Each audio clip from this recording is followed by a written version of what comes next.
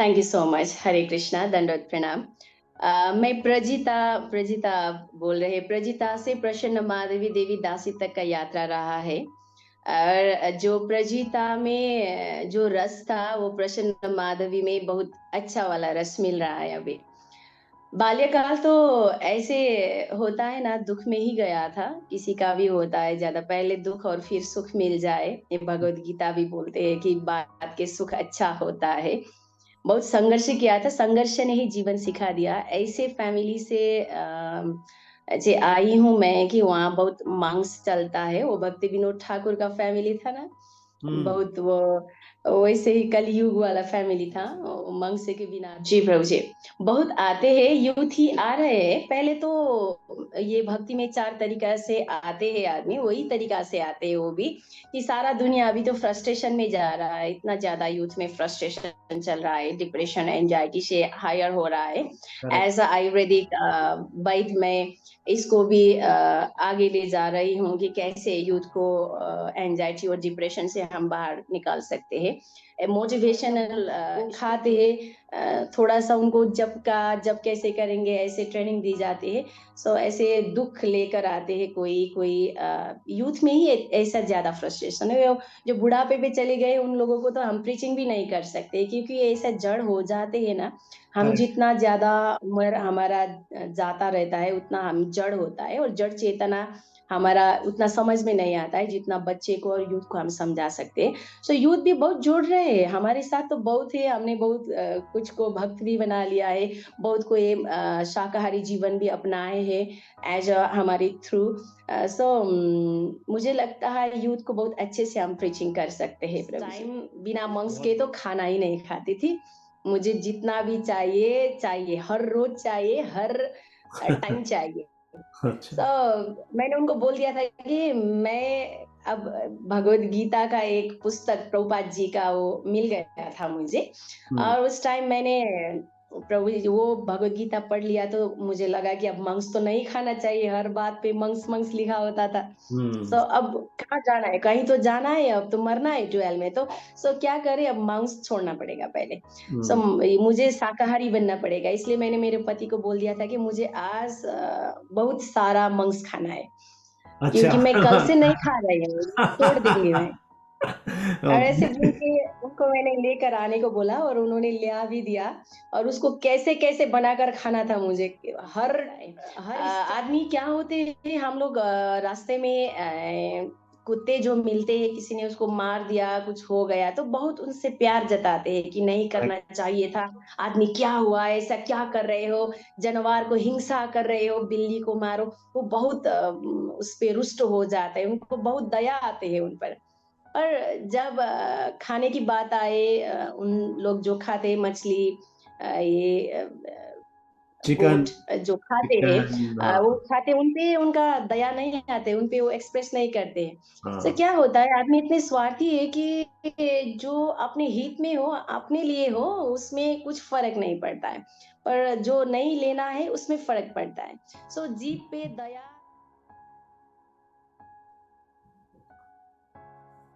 Hello viewers, मैं त्रिभुवन आप सभी का अपने चैनल स्पिरिचुअल टॉक में हार्दिक स्वागत करता हूं।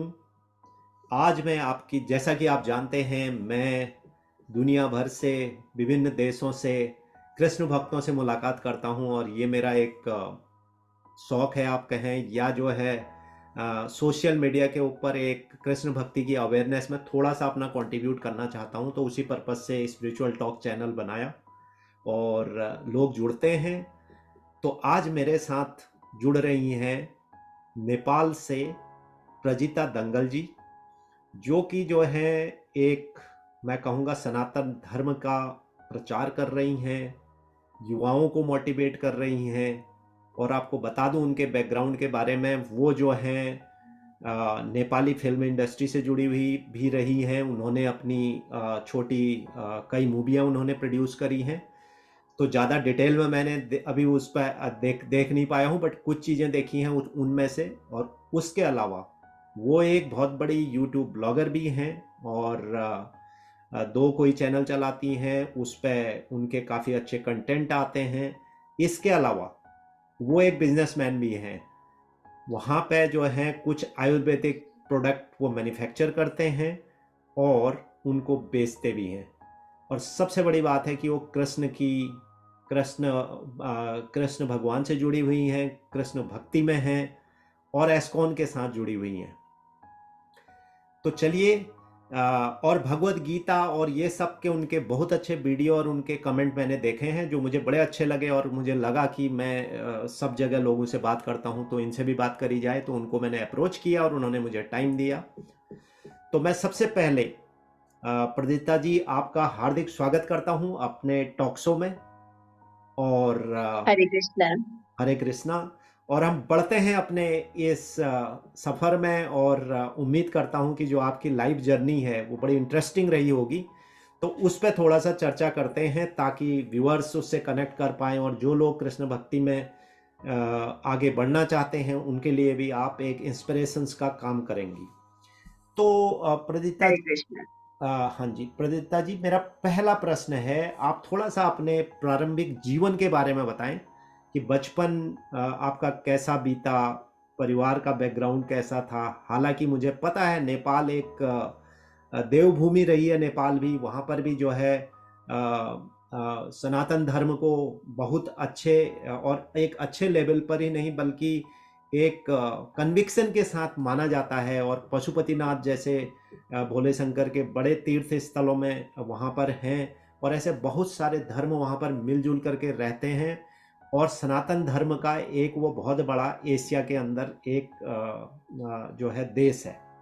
तो आप थोड़ा सा अपने बैकग्राउंड के बारे में बताएं प्रजीता जी, ताकि पता चले कि आपका बैकग्राउंड कैसा रहा है। Thank you so much. Hare Krishna, दंडवत प्रणाम। मैं प्रजीता प्रजीता बोल रहे। प्रजीता से प्रसन्न माधवी देवी दासी तक का यात्रा रहा है। और जो प्रजीता में जो रस था वो प्रसन्न माधवी में बहुत अच्छा वाला रस मिल रहा है अभी। बाल्यकाल तो ऐसे होता है ना, दुख में ही गया था। किसी का भी होता है, ज्यादा पहले दुख और फिर सुख मिल जाए। ये भगवत गीता भी बोलते हैं कि बात के सुख अच्छा होता है।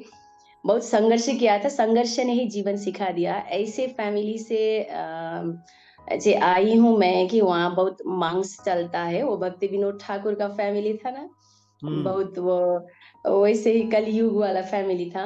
मांस के बिना तो कोई नहीं रहते थे। और घर भी ऐसे ही मिल गया कि जस्ट मांस ही मिलता है। सो दोनों तरफ जो मेरे माता पिता और सास ससुर है, दो ही तरफ मांसाहार फैमिली है। और बाल्यकाल संघर्ष में, ऐसे संघर्ष में चला गया, दुख में चला गया। जीवन के हर कुछ हमने भोगा है वो बचपन में। खुद का संघर्ष, खुद का काम, ऐसे दिन भर दूसरों को काम करके हम कॉलेज जाते थे। ऐसे किया है। सो हर उसका भी कुछ मीठा ही एहसास हो जाता है। अभी ऐसा लगता है कि अभी हम हर रोज पंछियों को चारा डालते हैं। सो जी। हमने बचपन में, मेरी माँ जब वो चावल लाती थी, राइस, वो 1 केजी 2 केजी ले आती थी। मुझे लगता था कि एक बुरा चावल घर पे हो जाए तो सारा 1 महीना का कष्ट टल जाएगा। सो अभी एक बोरे चावल हम चरा, ये परेवा, कबूतर जो होते हैं, नेपाली में परेवा बोलते हैं, हम्म। उनको डाल देती हूँ। तो ये कर्म कैसा है, ऐसा लगता है कि जो भोगना था वो तो भोगना पड़ेगा ना। करेक्ट। सो बचपन में हमने वो कर्म जो था वो भोग लिया था, वो बात के सुख अभी मिल रहा है। सो 1 केजी चावल के लिए जो तरसती थी, अभी एक बोरे चावल हम कबूतर को देते हैं। तो वो भी कर्म, कर्म का ही फल होता है। और कृष्ण भावना भी ऐसा होता है कि कर्म कैसे करेक्ट। जिया जा सकता है। ऐसे बिल्कुल। ही ऐसे ही था बाल्यापन प्रभु जी। ओके। तो आप जैसा आपने बताया कि फैमिली बैकग्राउंड, चाहे वो आपका माता किस तरफ का हो चाहे इधर का तरफ का हो, तो मतलब नेपाल में जितना मैं समझता हूँ कि कम से कम लोग धार्मिक तो होते ही हैं, एक धर्म को फॉलो करते हम्म। हैं। वो एक अलग बात हो सकती है कि वो मांसाहार करते हों, वो करते हों, ये एक सिचुएशन अलग हो सकती है, बट ओवरऑल एक जो धर्म का एसेंस है भगवान को मानना, वो मैं समझता हूँ कि नेपाल के अंदर कम से कम हिंदू फैमिलीज के अंदर तो ये है, लोग जो है हाँ मानते है प्रभु जी। राइट। ये तो है। और पर ये कैसे होता है, खुद के लिए होता है, भौतिक इच्छा और कामना प्राप्ति के लिए होता है। हाँ, भगवान ये दे देते हैं और हमें ये चाहिए हो, ऐसे ही है भक्ति में भी, ऐसे ही आते हैं, कोई ज्ञान के मार्ग से आते हैं, कोई भय से आते हैं, कोई करेक्ट, धन की इच्छा से आते हैं। करेक्ट। पर जो भक्त होता है वैसे आकर भी भगवान पे शरणागत होता है। और जो भौतिक व्यक्ति या आदमी होते हैं, वो क्या होता है, वही पे सीमित हो जाता है कि मुझे ये मिल जाएगा, मैं ये दूंगा, ये मिल जाएगा। वो भगवान बोलते हैं, कर्मण्यवाधिकारस्ते मा फलेषु कदाचन मा कर्म फल हेतुर्भुः मा ते संगस्तु अकर्मणि। पर ये उन लोग में लागू नहीं होता है जो भौतिक ज्यादा होते हैं। हम्म। क्योंकि कर्म के फल जो करो वो तो मिल ही जाएगा, ये नहीं मानते हैं, ये दे दूंगा भगवान, मुझे ये दे जाइए, गणेश जी मैं 100 लड्डू चढ़ाऊंगा, ये काम बना दीजिए, दुर्गा माँ ये करे। सो भौतिक देवी देवता आराध्य होते हैं, सो उनका जो इच्छाएं होती है वो भी पूरा होता है, और विश्वास पे टीका है, यहीं से आगे चलते हैं प्रभु जी। तरफ बढ़ता हूँ करेक्ट। मैं। तो बहुत मेरा अगला प्रश्न है, नेपाल में जो यूथ है, बेसिकली यूथ इसलिए मैं बोलता हूँ हमेशा क्योंकि यूथ ही किसी कंट्री का भविष्य होता है, और वहाँ पे वो कैसे डेवलप हो रहे हैं उस पर डिपेंड करता है कि उनका आने वाला जो 30 साल 40 साल या 50 साल का भविष्य है वो कैसा होने वाला है। तो मेरा अगला प्रश्न है कि नेपाल में यूथ में भक्ति और स्पिरिचुअलिटी, आध्यात्मिकता की तरफ कोई रुझान है? और वो लोग आप जैसे जो कृष्ण भक्त हैं, जो इन चीज़ों से जुड़े हुए हैं, प्रचार कर रहे हैं, सोशल मीडिया पर कंटेंट डालते हैं, तो उस तरफ आते हैं लोग, जुड़ते हैं आप लोगों से? तो ये समझना चाह रहा हूँ कि नेपाल में क्या सिचुएशन है। जी प्रभु जी, बहुत आते हैं, यूथ ही आ रहे हैं। पहले तो ये भक्ति में 4 तरीका से आते हैं आदमी, वही तरीका से आते हैं वो भी, कि सारा दुनिया अभी तो फ्रस्ट्रेशन में जा रहा है, इतना ज्यादा यूथ में फ्रस्ट्रेशन चल रहा है, डिप्रेशन एंजाइटी से हायर हो रहा है। करेक्ट। एज आयुर्वेदिक वैद में इसको भी आगे ले जा रही हूँ कि कैसे यूथ को एंजाइटी और डिप्रेशन से हम बाहर निकाल सकते हैं। मोटिवेशनल स्पीच जो होता है बहुत काम करता है। सॉरी प्रभु। नहीं, कोई नहीं। सो यूथ भी आ रहा है, वो फ्रस्ट्रेशन की वजह से आ रहा है और कुछ रिलीफ करने के लिए आ रहा है। वो आते हैं, भगवान से जुड़ जाता है, कम से कम जुड़ तो जाते हैं, भला ही वो टिकटॉक के लिए आते हैं, वीडियो शूट करने के लिए आते हैं। करेक्ट। अभी वो वृंदावन में भी वो बंद कर दिया था कि हम इस बार वृंदावन अभी होकर आए 4-5 दिन पहले। सो अच्छा। वहां पे वीडियो बनाना बंद किया था कि वहाँ ज्यादा भगवान के दर्शन से ज्यादा खुद का वो वीडियो बना रहे थे। सो ऐसे ही आते हैं, पर क्या होता है ना, इस्कॉन ऐसे आने वाले भक्तों को भी बहुत अच्छे से जोड़ जाता है, क्योंकि इस्कॉन का शिक्षा ही ऐसे है, गुरु शिष्य परंपरा में जुड़ जाते हैं वो लोग। और ऐसे होकर नॉर्मली वो लोग जुड़ जाते हैं, और ऐसे आ रहे हैं, पर बहुत ऐसे भक्ति ही बनेंगे, भक्त ही बनेंगे, भक्ति ही करेंगे, ऐसे नहीं आ रहे। पर जब आते हैं तो भक्त बन ही जाते हैं, गुरु शिष्य परंपरा में जुड़ जाते हैं, वो कीर्तन में जुड़ जाते हैं। भगवान का प्रसाद हमें इतना स्ट्रांग है कि इस्कॉन का प्रसाद हम भगवान का भोग वो खाते हैं। थोड़ा सा उनको जप कैसे करेंगे ऐसे ट्रेनिंग दी जाती है। सो ऐसे दुख लेकर आते हैं, कोई कोई यूथ में ही ऐसा ज्यादा फ्रस्ट्रेशन है। जो बुढ़ापे पे चले गए उन लोगों को तो हम प्रीचिंग भी नहीं कर सकते, क्योंकि ये ऐसा जड़ हो जाते हैं ना। हम करेक्ट। जितना ज्यादा उम्र हमारा जाता रहता है उतना हम जड़ होता है, और जड़ चेतना हमारा उतना समझ में नहीं आता है जितना बच्चे को और यूथ को हम समझा सकते हैं। सो यूथ भी बहुत जुड़ रहे हैं हमारे साथ, तो बहुत है, हमने बहुत कुछ को भक्त भी बना लिया है, बहुत को ये शाकाहारी जीवन भी अपनाए हैं एज हमारे थ्रू। सो मुझे लगता है यूथ को बहुत अच्छे से हम प्रीचिंग कर सकते हैं प्रभु जी। बहुत बढ़िया। तो आपने बहुत अच्छी बात बताई, और मुझे ये सुनकर बहुत अच्छा लगा कि वहाँ पर यूथ इस तरफ आ रहे हैं, आप लोगों से जुड़ते हैं और इन चीज़ों को समझ रहे हैं। अब जैसा आपने अभी डिप्रेशन की बात कही है, ये डिप्रेशन यूथ में आजकल जो है एक बहुत बड़ी समस्या है। अब ये सिर्फ एक नेपाल की समस्या नहीं है, ये पूरे दुनिया में हर कोनों में ये प्रॉब्लम है। मैं अभी जितने भी लोगों से मिलता हूँ, बात कर रहा हूँ, कल भी मैं जो है एक रामदास जी हैं यूएस से, उनसे और उनकी वाइफ से मिला, दोनों ही एस्कॉन से जुड़े हुए हैं। तो उनका खुद का जो लाइफ है वो इस डिप्रेशन वाली लाइफ से बाहर निकल के आए हैं, तो उन्होंने भी इस पर बड़ा जोर दिया। तो ये जो डिप्रेशन वाला सिचुएशन है, थोड़ा सा आप इस पर रोशनी डालें कि डिप्रेशन की सिचुएशन जो है स्पिरिचुअलिटी, आध्यात्मिकता, इसमें कैसे बेनिफिट पहुंचा सकती है? क्या ऐसे कुछ चीज़ें करनी चाहिए कि इंसान जो है अपने डिप्रेशन वाली सिचुएशन जो होती हैं, स्ट्रेस वाली सिचुएशन होती हैं, वहां पर उनको रिलीफ मिले? जी, वो तो भगवत गीता का थ्रू ही हम जा सकते हैं, क्योंकि हम तो कुछ नहीं कर सकते। कृष्ण सब करते हैं, करता हुए हम जस्ट कारण है, और ये जो होता है कर्म से होता है। ये स्वीकार करने से हम एंजाइटी और डिप्रेशन से सहज रूप में बाहर आ सकते हैं। इसके लिए तो थोड़ा उनको ट्रेनिंग देना पड़ेगा, क्योंकि एक ही बार में तो नहीं होता है। सो भगवत गीता पढ़ने के लिए हम उन लोगों को इम्प्रेस करें और थोड़ा सा उनको टाइम दे।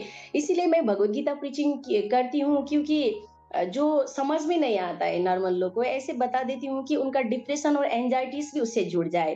क्योंकि हम किसी को ऐसे प्रीचिंग नहीं कर सकते जैसे कि भगवत गीता ये बोलते हैं, भगवान ये बोलते हैं, ये करो, ऐसे करो, भगवान ये बोलते हैं, तो उनको समझ में नहीं आता समझ है, नहीं उनको आएगा। अच्छा भी नहीं लगता है। पर हम्म। जब हम के उनके प्रॉब्लम के हिसाब से भगवत गीता को बोल देंगे, तो उनको लगता है कुछ तो है इसमें, हम्म। ये हमारा प्रॉब्लम बोल रहा है।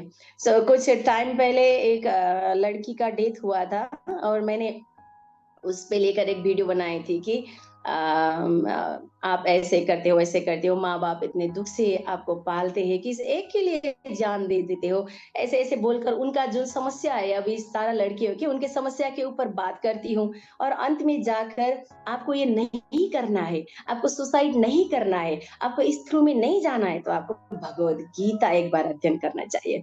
ये क्या होता है, भगवत गीता तो कुछ बोलता है, मेरे लिए बोलता है, ऐसे सोचकर वो लोग भगवत गीता से ज्वाइन हो जाते हैं। जब एक बार कोई भगवत गीता पढ़ जाए और उसको समझ में आ जाए और बुझ जाए, उसको समझ में आ जाए, उसने दिल से वो ग्रहण किया, तो लाइफ में वो कभी भी सुसाइड का थ्रू उसमें नहीं आएगा। भगवत गीता तो एक ऐसी पुस्तक है जो लाइफ में बिजनेस भी सिखाता है, लाइफ जीने के तरीके भी सिखाता है, डिप्रेशन एंजाइटी से कैसे मुक्त हो वो भी सिखाता है, क्योंकि भगवत गीता स्वीकार करना सिखाता है। करेक्ट। स्वीकार करो, जो भी हो रहा है, जैसे भी हो रहा है, उसको एक्सेप्ट करो। जब स्वीकार करेगा, सो ये खुद ब खुद वो एंजाइटी से बाहर आ जाएगा है व्हाट्सएप पे। ओके। तो हाँ, तो हम आपके लास्ट दो तीन वर्ड नहीं सुन पाया था जब हम डिप्रेशन। जी। हाँ, तो गीता का जो हाँ, है। तो हाँ। डिप्रेशन में ऐसे ही होता है कि जब गीता भगवत गीता स्वीकार करना सिखाता है कि लाइफ को एक्सेप्ट करो। जब स्वीकार कर लेते हैं, तो खुद ब खुद उन लोग भी एंजाइटी डिप्रेशन से बाहर आ जाता है। और इनके लिए हमें कुछ यूथ को ऐसे नचाते हैं, हरे कृष्ण महामंत्र पे नचाते हैं, भगवान का प्रसाद और प्रेम से उन लोगों का एकीकृत करते हैं, एक बनाते हैं। प्रभुपाद ने यही सिखाया है कि हमारा इस्कॉन के 7 प्रपोज में ये भी पढ़ता है कि अ, हम प्रीचिंग करें और बुलाए, प्रसाद खिलाए, और उनको भगवत शिक्षा दे जाए। हम्म। 7 प्रपोज में ये भी पढ़ता है, 7 उद्देश्य में, इस्कॉन को उद्देश्य में। ऐसे हम यूथ को उनके एंजाइटी और डिप्रेशन से धीरे धीरे बाहर निकाल सकते हैं। जी, बिल्कुल, बहुत अच्छी बात आपने कही है। और मैं तो ये कहूँगा कि एस्कॉन से जो लोग हैं या जो कृष्ण भक्ति में जुड़े हैं या जिस भी भक्ति से वो जुड़े हुए हैं, अगर वो समाज की ये सेवा कर दे कि यूथ को जो है, जो आज सबसे ज़्यादा भटका हुआ है, जो भौतिकवादी, जो मटेरियल लाइफ्स की जो चीज़ें हैं उनमें भटक रहा है, फिर उसके चक्कर में स्ट्रेस में आता है, डिप्रेशन में आता है, अगर उनको आप थोड़ा सा बाहर निकाल सकें तो ये बहुत बड़ी सेवा होगी इस पूरे दुनिया की। तो अगले प्रश्न। जी, बहुत बहुत ठीक है प्रभु जी। हाँ जी। तो मेरा अगला प्रश्न है, आप एस्कॉन से कब से जुड़ी हुई हैं? और जैसा आपने बताया कि आपका इंक्लेशन हो चुका है, तो आपका जो अब नाम है वो क्या है? मैं इस्कॉन से लगभग 5-6 साल से जुड़ी हूँ। हाँ जी। और मेरा यात्रा भी कुछ अच्छा और ये जोक्स वाला टाइप का है। हाँ। मैं 4 तरीके से भक्ति में आते हैं। मैंने बोली थी, मैं भय से आई थी, डर से। अच्छा। क्योंकि वो क्या है कि 2012 में 2011 से जुड़ी हूँ मैं। हम्म। बहुत भक्ति में जुड़ी हूँ, पर इस्कॉन से नहीं जुड़ी थी 2011 से। हम्म। 2012 में वो भूकंप। जी, हरे कृष्ण प्रभु से। हाँ जी। तो हाँ, तो हम जी। वो एस्कॉन वाली बात चल रही थी कि आप जुड़ी हैं, तो जी प्रभु जी। कहानी जो है। जी, मैं जब 2012 में वो संसार का प्रलय होने वाला है, संसार ध्वस्त होने वाला है, ऐसे न्यूज़ आया था। और उस समय मैं उतना ज़्यादा बड़ी भी नहीं थी, कम उम्र में ही मेरी शादी हुआ था, मेरे बच्चे होने वाले थे। उस टाइम पर मुझे इतना डर हो गया कि अब 2012 में तो ये संसार तो ध्वस्त हो जाएगा, अब कहाँ जाना है। इतना डर बैठ गया मन में कि मैंने मेरे पति को बोल दिया था कि मैं तो उस टाइम बिना मांस के तो खाना ही नहीं खाती थी। मुझे जितना भी चाहिए चाहिए, हर रोज चाहिए, हर टाइम चाहिए। अच्छा। मैंने उनको बोल दिया था कि मैं अब भगवत गीता का एक पुस्तक प्रभुपाद जी का वो मिल गया था मुझे। हम्म। और उस टाइम मैंने प्रभु जी वो भगवत गीता पढ़ लिया, तो मुझे लगा कि अब मांस तो नहीं खाना चाहिए, हर बात पे मांस मांस लिखा होता था। हम्म। अब कहाँ जाना है, कहीं तो जाना है, अब तो मरना है 12 में तो। क्या करे, अब मांस छोड़ना पड़ेगा पहले। हम्म। मुझे शाकाहारी बनना पड़ेगा, इसलिए मैंने मेरे पति को बोल दिया था कि मुझे आज बहुत सारा मांस खाना है, अच्छा। क्योंकि मैं कल से नहीं खा रही हूँ, छोड़ दूंगी मैं। और ऐसे बोल ओके। के उनको मैंने लेकर आने को बोला, और उन्होंने ले भी दिया। और उसको कैसे कैसे बनाकर खाना था मुझे, हर हर स्टाइल में वो मैंने खा लिया। अच्छा। मैंने उस दिन संकल्प किया कि कल से नहीं खाऊंगी। 2011 से कल से जो बोला था वो मैंने उसी दिन से छोड़ दिया था। ओके। मुझे बहुत अच्छा लगता था। मैंने एक हिसाब से बोले तो त्याग कर दिया हम्म। भगवान के लिए, या खुद के लिए, पता नहीं किसके लिए। उस टाइम तो मुझे भक्ति के बारे में भी इतना पता नहीं था। हमने वो छोड़ दिया। धीरे धीरे प्रभुपाद का बुक्स पढ़ पढ़ रही थी तो मुझे लगा कि मैं तो इन्हीं से दीक्षा लूंगी। ये प्रभुपाद मुझे दुनिया में नहीं थे, ये पता नहीं था। मुझे दीक्षा लेना है, इसको भी बोल देती थी कि मुझे दीक्षा दे दो गुरु। जो गुरु बेटे येलो वाला वस्त्र, वो गेरू वस्त्र का जो भी मिलते थे, उनको बोल देती थी कि मुझे दीक्षा दिला दो, मुझे अच्छा। शरण ले लो। ऐसे फ्रस्ट्रेशन से मैं भक्ति में आई थी, पर भगवत गीता पढ़ते पढ़ते पढ़ते पढ़ते मुझे ऐसा हो गया। मैं 100% बोल सकती हूँ कि भगवत गीता ऐसा स्पिरिचुअल बुक है जो हम सबको चेंज कर सकता है। उस दिन से मैंने मंक्स भी छोड़ा, और प्रभुपाद से मिलने के लिए इधर उधर भटक गई। तो बाद में पता चला ये इस्कॉन के है और ये दुनिया में नहीं है। मैं गुरु शिष्य परंपरा में जाना पड़ेगा। मुझे वो बहुत पीछे पता चला था वो सब। अच्छा। ऐसे मैं भक्ति में आई थी बहुत फियर से, डर से। और मोक्ष कहाँ है, जाना कहाँ है मुझे, मैं क्यों आई हूँ, अब 2012 में मैं कहाँ जाऊंगी, ऐसे सोच कर भक्ति में आई थी। और 2012 में कुछ नहीं हुआ, सब शांत हुआ। फिर से भक्ति थोड़ा सा कम होने लगा। नहीं हुआ ना, मरे तो नहीं है अभी, तो थोड़ी ना मरने वाले हैं। और युधिष्ठिर बोलते हैं ना, युधिष्ठिर को बोलते हैं सबसे बड़ा आश्चर्य क्या है, युधिष्ठिर बोलते हैं खुद का सब कुछ जला दिया, फिर भी आदमी को नहीं लगता है कि वो मरने वाला है। यही दुनिया का आज तक का सबसे आश्चर्य वाला चीज भी है।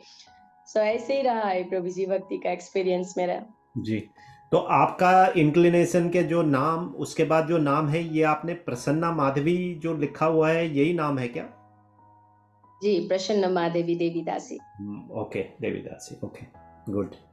तो अगले प्रश्न की तरफ बढ़ता हूँ, बट इसी से थोड़ा जुड़ा हुआ प्रश्न है कि आपने कहा कि आपने 2011 तक आपने मांस खाया, उसके बाद आपने छोड़ दिया। तो अब आपको काफ़ी टाइम हो चुका है, तो अब आप मुझे ये बताएं कि जब आप मांस खाते थे और आज आप नहीं खाते हैं, तो आपका क्या परिवर्तन हुआ ऐसा जीवन में?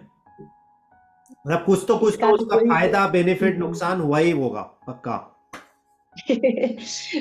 इसका घाटा तो कुछ भी नहीं होगा, क्योंकि प्रभुपाद बोलते हैं कि धर्म के 4 खंभे होते हैं, 4 नियम। इसमें पहला पड़ता है दया, और जिसमें दया ना हो वो भक्त नहीं बन सकता है। आदमी क्या होते हैं, हम लोग रास्ते में कुत्ते जो मिलते हैं, किसी ने उसको मार दिया, कुछ हो गया तो बहुत उनसे प्यार जताते हैं कि नहीं करना करेक्ट। चाहिए था, आदमी क्या हुआ, ऐसा क्या कर रहे हो, जानवर को हिंसा कर रहे हो, बिल्ली को मारो। वो बहुत उस पे रुष्ट हो जाते हैं, उनको बहुत दया आते हैं उन पर। और जब खाने की बात आए, उन लोग जो खाते मछली, ये चिकन गोट जो खाते हैं, चिकन वो खाते, उनपे उनका दया नहीं आते, उनपे वो एक्सप्रेस नहीं करते हैं। तो हाँ, क्या होता है, आदमी इतने स्वार्थी है कि जो अपने हित में हो, अपने लिए हो, उसमें कुछ फर्क नहीं पड़ता है, पर जो नहीं लेना है उसमें फर्क पड़ता है। सो जीभ पे दया जिसका नहीं होता है वो भक्ति में नहीं आ सकता है। जब हम ये मंस छोड़ देते हैं तो क्या होता है, जैसा अन्ना वैसा शरीर बनता है। सो बिल्कुल। अभी ये कलयुग में इतना ज्यादा अहंकार आ रहा है, इतना ज्यादा क्रोध आ रहा है, ईर्ष्या आ रहा है, लोभ आ रहा है, ये सब पशु का भोजन हमारा अंदर जो जा रहा है, पशु जैसा व्यवहार बुद्धि भी हो रहा है। सो पशु जब छोड़ जाते हैं तो हम अपने इंद्रिय को बस में कर सकते हैं। हमें भी 1-2 साल कुछ अच्छा नहीं लगा था, कुछ हमें वो खाने का इच्छा कर लग रहा था, कुछ नहीं खाना चाहिए मुझे, तो कुछ ऐसे इंद्रिय इतना इजी से कंट्रोल में नहीं नहीं आता कर है। सकता, पर सही। जब हरि नाम हरे कृष्ण महामंत्र के हम जप करते हैं, उनके पान करते हैं, हरि का नाम लेते हैं, हरि का नाम लेते लेते इंद्रिय ऐसे बस में आ जाता है। अभी बाहर के भौतिक दुनिया के लोग को देखिए कि आंख जो होते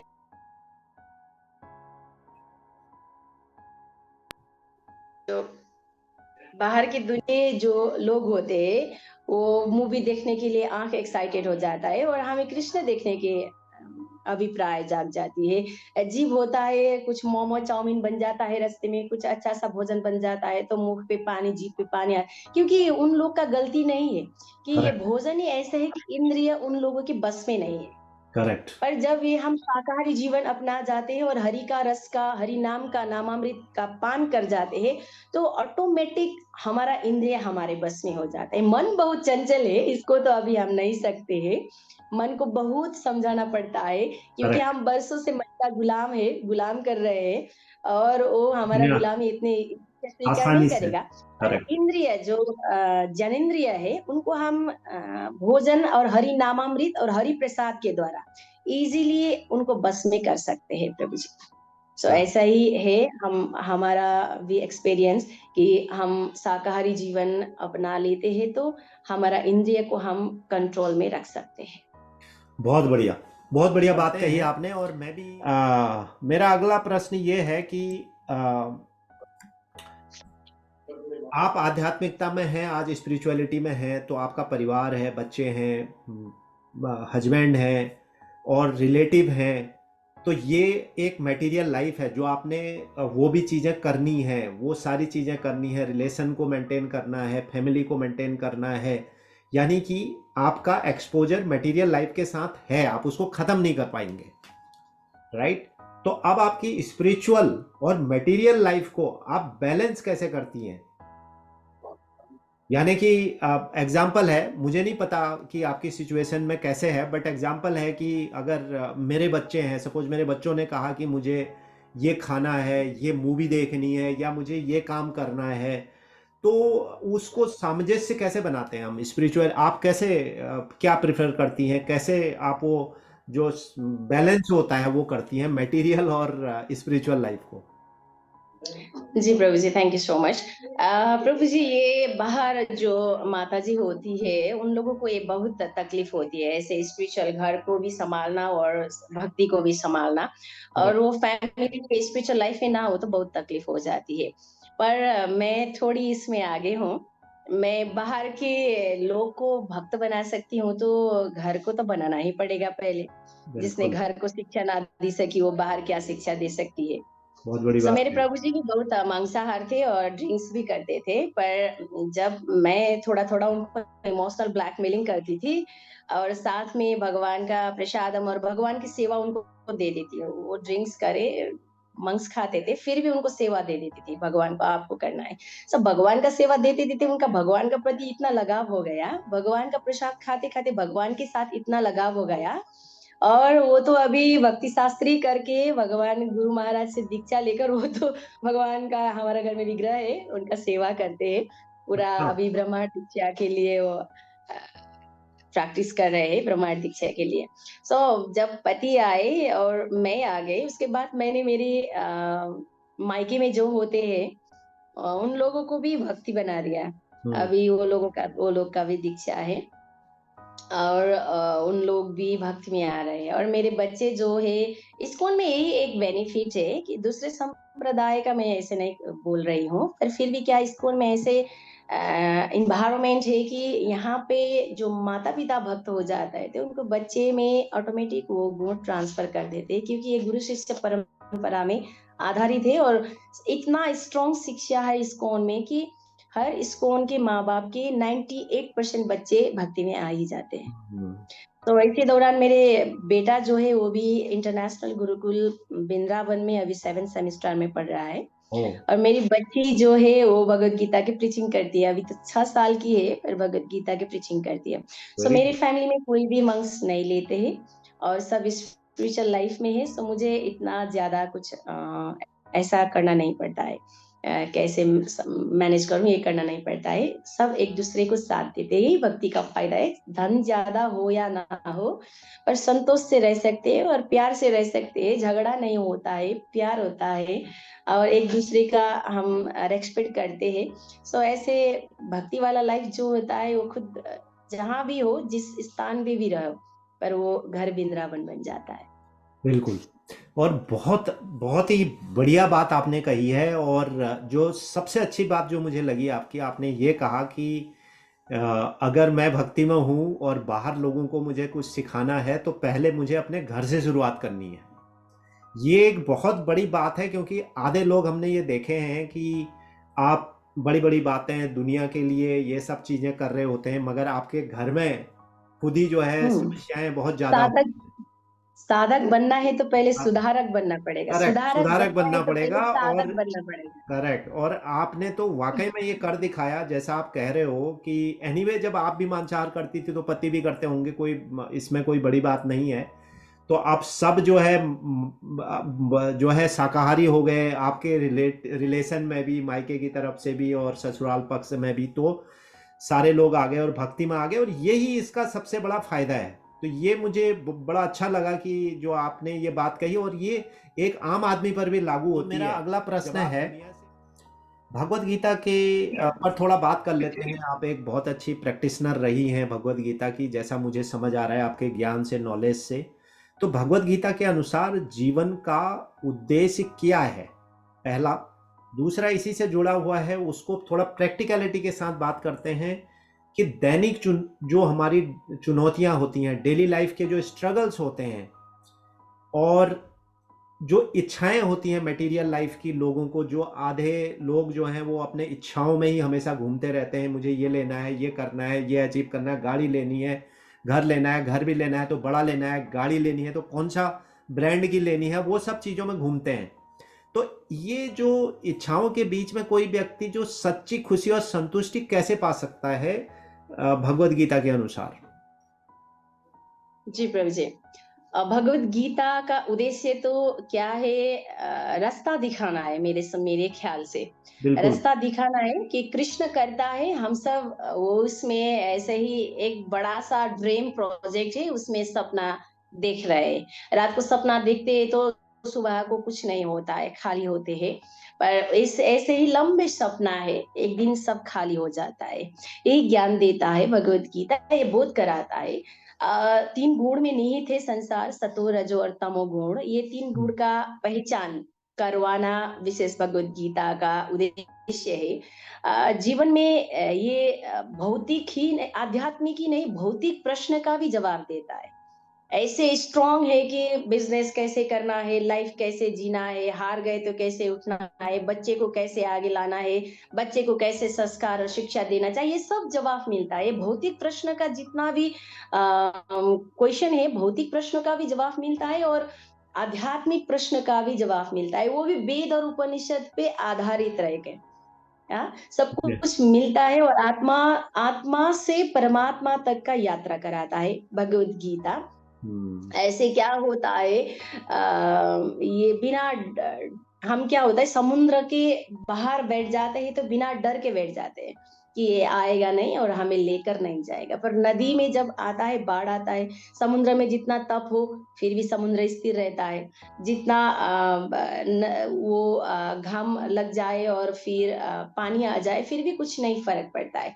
बाहर तो बहुत छाल आती है, छाल तो चलता रहता है, पर अंदर से बहुत शांत हो जाता है। भगवत गीता भी एक अर्थ में भक्त को ऐसे ही हमें लाइफ देता है कि बाहर जितना भी उछल-कूच हो जाए, जितना भी चल जाए, जितना भी छाल हो जाए, अंदर से हमें बहुत शांत देता है भगवत गीता। यही शिक्षा देता है कि भगवान भक्त के बाहर छाल आ जाए जितना भी, अंदर से शांत रहना चाहिए, शांत रहो। हम मित्र भी खुद के हैं और शत्रु भी खुद शत्रु के भी हैं। खुद के हैं, हम खुद करेक्ट। ही अपने आप को उठाकर अपने बंधन को तोड़ भी सकते हैं, यही बंधन में हम रह भी सकते हैं, क्योंकि मरते भी हम ही हैं और जीते भी हम ही हैं। हम ही हैं। तो हमें अपने मन को समझाकर अपने ही कर्म को भगवान को पाने के लिए आगे ले जा सकते हैं, और भगवान ही सब कुछ है, कृष्ण ही करता है, ये देखा दर्शाता है भगवत गीता। मुझे ऐसा लगता है चुनौती तो बहुत आती है, पर संतुष्टि कैसे रहना चाहिए। प्रभुपाद भी कहते हैं कि कुछ लोग बोलते हैं ना, भगवान दिखा दो, भगवान कहाँ है, भगवान ऐसे, भगवान तेरा भगवान कहाँ है। सो भगवान को जानने के लिए तो पहले भगवान के साथ मिलना। प्रभुपाद भी बोलते थे, प्रभुपाद को एक भक्त ने बोला था, भक्त नहीं, बाहर के कोई पत्रकार ने बोला था कि तेरा भगवान क्या है, मुझे भगवान दिखा दो। तो प्रभुपाद बोले थे, मैं तेरे भगवान दिखा दूंगा, 2 साल बस मेरे साथ संग कर ले, आजा मेरे साथ संग कर लेगा तो मैं तुम्हें भगवान दिखाते। ऐसे ही होता है। सो हम, वो दूध में कोई बोले कि माखन कहाँ है, घी निकाल दो। सो दूध में घी दिखाने के लिए तो पहले दूध को उबालना पड़ता है, फिर दही बनाना पड़ता है, मथना पड़ता है, फिर घी निकालना पड़ता है, नौनी निकाल से घी खारेंगे तब आएगा ना। भक्ति भी ऐसे ही होता है। भगवत गीता के थ्रू से, भगवत गीता का उद्देश्य भी यही है कि भक्त को अंदर से परख के दूध से घी निकाल देते हैं। सो भगवान भी ऐसे, भगवान देखने के लिए हमें अंदर भक्ति से मतना पड़ेगा, भगवत गीता शास्त्र से मतना पड़ेगा, जप से मतना पड़ेगा, भगवान का हरि नाम पान करके मतना पड़ेगा। सब हम मथेंगे तो ऑटोमेटिक भगवान दिख ही जाते हैं, मतलब महसूस करते हैं। अभी भी क्या होता है, विरह होता है ना, कहाँ हो गए, कोई किसी के, कोई तो है जिससे हम छूटे हैं, कोई तो हो जिसे हम पाने की चाहते, पता नहीं कौन है, तो कोई होंगे, वही तो भगवान है। लगता है अभी भी हम क्यों रोते हैं, इतना रोते हैं, विरह होता है, भगवान कहाँ, कब मिले, कब, ऐसा तड़प होता है। सो उसे हम भक्ति से भगवान को बहुत इजी से देख सकते हैं। भक्ति को चाखना पड़ेगा। जो गिलास में आप पानी रख दो, एक में साल्ट डाल दो, एक में सादा रखो, कौन सा खरा पानी है वो जानने के लिए तो पहला टेस्ट करना पड़ता है। सो जब टेस्ट करते हैं तो हमें वो मिल जाता है। सो भक्ति में चुनौतियाँ जो है ना, वो भगवत गीता बहुत अच्छे से हमें एक चुनौती का सामना करना सिखाता है, क्योंकि मैंने पहले भी कहा था कि स्वीकार करना सिखाता है। कर्म जो हो रहा है अच्छा, वो भी मेरे कर्म से हो रहा है, जो बुरा हो रहा है भगवान के इच्छा से हो रहा है, मुझे इसमें कोई प्रॉब्लम नहीं। भगवान जो होगा, जो भी करेंगे भगवान मेरे लिए अच्छे ही करेंगे। आज तक मेरा एक्सपीरियंस भी यही रहा है, चाहे मेरा दीक्षा के लेकर हो, प्रभुपाद से मिलने से बहुत ऐसा हुआ है। प्रभुपाद के साथ मुझे इतना भरोसा है भगवान पे कि 100% आप भरोसा कर लो तो वो दे ही जाएंगे, कुछ भी मांगो, चाहे भक्ति मांगो चाहे भौतिक मांगो। सो भगवान को प्रेमा भक्ति में संतुष्ट रहना सिखाता है भगवत गीता। और चुनौती भी हमें बहुत सिंपल सा लगता है भगवान भक्त को, क्योंकि भक्त भौतिक इच्छाएं कम होती है तो चुनौती भी ऑटोमेटिक कम हो जाती है ना। जब हम भक्ति में आ जाते हैं तो भौतिक इच्छा ही कम होता है। जितना भी धन अर्जन करे, आज तक अंबानी भी खुश नहीं है, उनको भी अभी और धन चाहिए। सो धन से कभी भी संतुष्टि नहीं मिलेगा, धन से तो अभी किसी का आनंद आज तक मिला ही नहीं है। सो कर्म को स्वीकार करना भगवत गीता जब सिखाता है, तो ऐसे आप विचार कीजिए, किसी को पार्टी में कोई आमंत्रण करता है, बड़े वाले पार्टी में तो बड़े लोग को आमंत्रण करते हैं, जिसका भूख ही नहीं है, पेट में कुछ भीतर अंदर जाने के खाने के लिए कुछ बचा ही नहीं है, सब कुछ खा लिया है उन लोगों ने, फिर भी आदमी उन्हीं को इनविटेशन भेजते हैं, उन्हीं को जाना पड़ता है पार्टी में, उन्हीं को खाना पड़ता है। गिफ्ट ही जिसको आवश्यक नहीं, ज्यादा घर भी है, बंगला भी है, उन्हीं को गिफ्ट भेजते हैं, उन्हीं को गिफ्ट मिलता है। सो ये क्या है, कोई जन्म लेता है अंबानी के घर में, जन्म से ही अरबपति बन के आ जाता है। सही। I'm sorry। और कोई वो 2 हाथ 2 पैर कट के वो भी रोड में कुछ गरीब के घर में जन्म लेते हैं। सो ये सब जिनको भूख नहीं उसको जबरदस्ती खाना पड़ रहा है, जिसको चाहिए नहीं उसको जबरदस्ती गिफ्ट लेना पड़ रहा है, कोई करोड़पति बन के जन्म ले रहा है, कोई रोडपति बन के जन्म ले रहा है, ये सब क्या है? कर्म है। सो कर्म ही सब कुछ हो रहा है, कर्म से ही सब कुछ हो रहा है। ये जब स्वीकार करता है भक्त तो ये संतुष्टि, ये चुनौती में भी संतुष्टि मिल जाता है। सबसे बड़ा सुख क्या है? आप बोलिए क्या है सुख? सबसे बड़ा सुख क्या है? शांति और आपको क्या? आपका शांति और जो है हैप्पीनेस, पीस एंड जी। हैप्पीनेस इज द ये मोस्ट। क्या होता है हम दिन भर काम करें हम्म। और रात में आराम से खा सके, बिना हाँ। शुगर प्रेशर के दवाइयाँ लेकर खाना खा सके, वो करेक्ट। ओरिजिनल सुख है। हाँ। दिन भर काम करे और रात में 4 गोलियां लेकर 2 चम्मच राइस लेकर सोना पड़े, वो शांति और संतुष्ट नहीं है। सही। प्रकृति मार्क्स दिया है हमने, हमें लगता है विकास क्या है? विकास हमें लगता है बड़े-बड़े महल, कंक्रीट विकास लगता है, पर मुझे ये नहीं लगता है, हमें ये नहीं लगता है, हमें प्रकृति जो है वो सबसे बड़ा धन है। हम्म। 2-4 घर में कुत्ते पाल लेते हैं और उससे धनी बोलते हैं। तो गरीब जो गाँव में होते हैं उनका तो 1000 कुत्ता गाँव भर घूमता रहता है। सही बात है। धन तो कुत्ते में भी वही हो गए, जो कल-कल झरना के पास रहते हैं, जिस हरा खेत में रहते हैं, अपने खेत के चावल लाकर खाते। प्रकृति हमारा, हम एज़ अ डॉक्टर, हमारा गुण भी हम पंच तत्वों से बने हैं, हमारा शरीर भी। सो डायरेक्ट प्रकृति से जो हमारा शरीर कनेक्शन हो जाएगा तो हम स्ट्रॉन्ग भी रहेंगे, निरोगी भी रहेंगे। पर हम ज़्यादातर मृत खाना खाते, जो हमें मरे हुए खाना खाना पड़ेगा तो शरीर भी वैसे ही हो जाता है। तो प्रकृति से डायरेक्ट जो मिट्टी से आता है, जो अग्नि से तपता है, डायरेक्ट अग्नि से बिना गैस, वो खाना, भोजन हमारा शरीर के लिए भी अच्छा हो जाता है। डायरेक्ट प्रकृति का जल हमारे लिए अच्छा होता है, हवा प्रकृति की हमारे लिए अच्छा है। सो शरीर ही ना रहे तो ये धन का क्या करे? सही। बिल्कुल सही। तो बहुत बहुत ही जो है ज्ञान की बातें आप बता रही हैं और बहुत अच्छी बात ये है।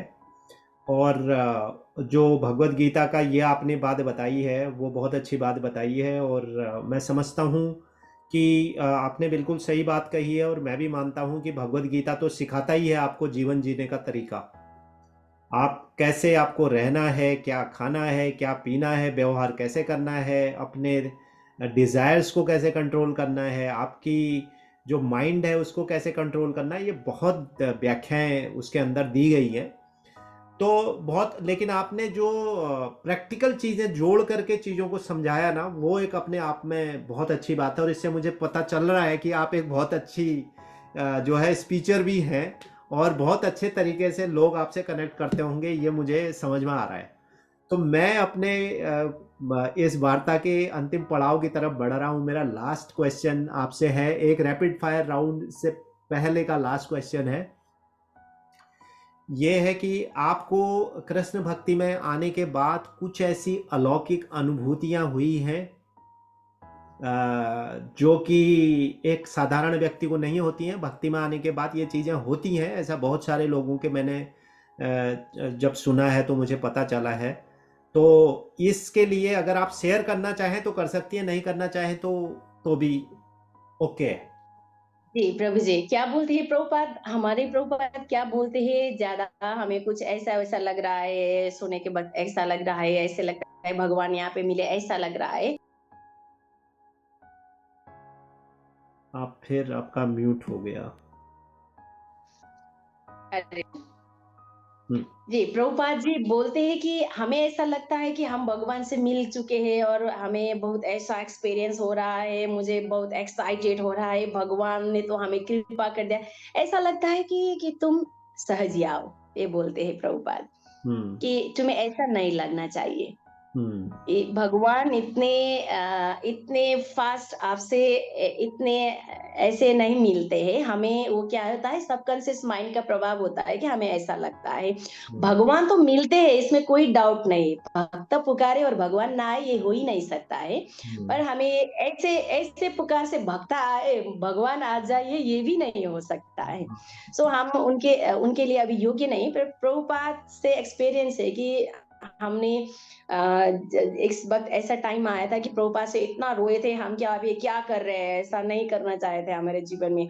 आप तो चले ही जाइए, आपको यहाँ मैं नहीं रखती हूँ, आपकी विग्रह की सेवा नहीं करती हूँ, आप मुझे भी नहीं चाहिए, आप मुझे बहुत बार ऐसे ही करते हो। ये बोलकर मैं 2 घंटे से ज़्यादा प्रभुपाद से रोई थी। तो कल ही ऐसा घटना हो गया कि जो मेरा प्रॉब्लम था वो प्रभुपाद ऐसे सॉल्व कर दिए कि मुझे तो लगता है प्रभुपाद तो अभी भी हमारे साथ है, अभी भी आगे वो सब कुछ सुनते हैं और सब कुछ। सो हमें भगवान से ज़्यादा गुरु पे भरोसा होना चाहिए कि बिना गुरु हम भगवान तक जा ही नहीं सकते। सो हमें गुरु से ऐसा लगाव है। और पंचतत्व हम चैतन्य महाप्रभु को मानते हैं, सो पंचतत्व विग्रह के सामने हम ऐसे रो दिए थे एक बार कि हमने कहा था कि जितना भी ट्राई करो, ये काम, क्रोध, लोभ, ईर्ष्या, मत्सर, अहंकार, ये तो जा ही नहीं रहा है। हमारे से तो ये हो ही नहीं रहा है।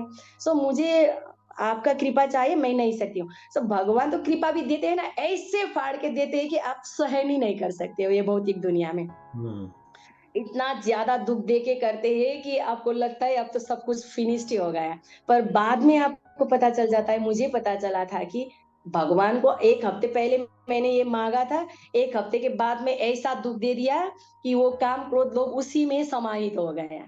सो उसके बाद मुझे 100% लगने लगा चैतन्य महाप्रभु जो है, वो तो भक्त का इतने जल्दी सुनते, इतने जल्दी हृदय से पुकार कर लो तो भगवान सुन ही जाते। पर हमें यहाँ भगवान मिल गए, यहाँ भगवान ऐसे दर्शन दे दिया, ये हुआ, ऐसे रोना-धोना, ये प्रभुपाद बोलते हैं सहजिया मेंटालिटी है। बहुत बार हम भी रोते हैं, पर उसके बाद लगता है हम तो सहजिया बन रहे हैं, ऐसे ना करो। सो हमें भक्ति में आगे ले हम आगे जा सकते हैं, क्योंकि हमें वो रोना-धोना में हम तो अब भगवान को पा लिया, ऐसे रोना आता है, ऐसा हुआ तो फिर से अहंकार आ जाता है। सब अहंकार तो हमारा मन का ऐसे मित्र है। सो वो तो मन को छोड़ता ही नहीं है, ऐसे भी नहीं छोड़ता है, आत्मा से मिलने ही नहीं देता है। सो ऐसे बातों से भी हमारा अहंकार इंक्रीज हो जाता है, तो हम भक्ति में आगे नहीं बढ़ सकते। इसीलिए हमें ऐसे वाली बात को साइड में रखकर भगवान का दासत्व तो ही स्वीकार करना पड़ता है प्रभु जी। बिल्कुल, बहुत अच्छी बात आपने कही।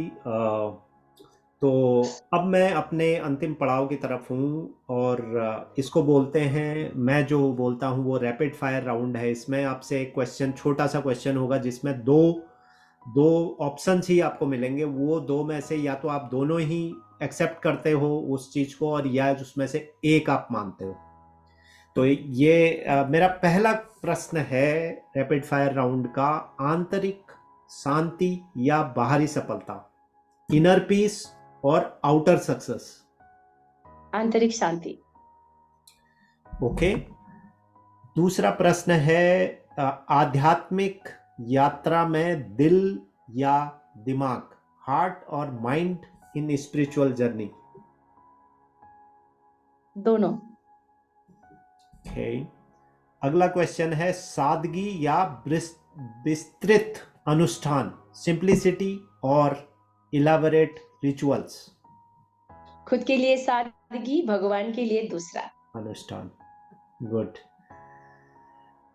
नेचर वॉक या मंदिर दर्शन? दोनों। ओके।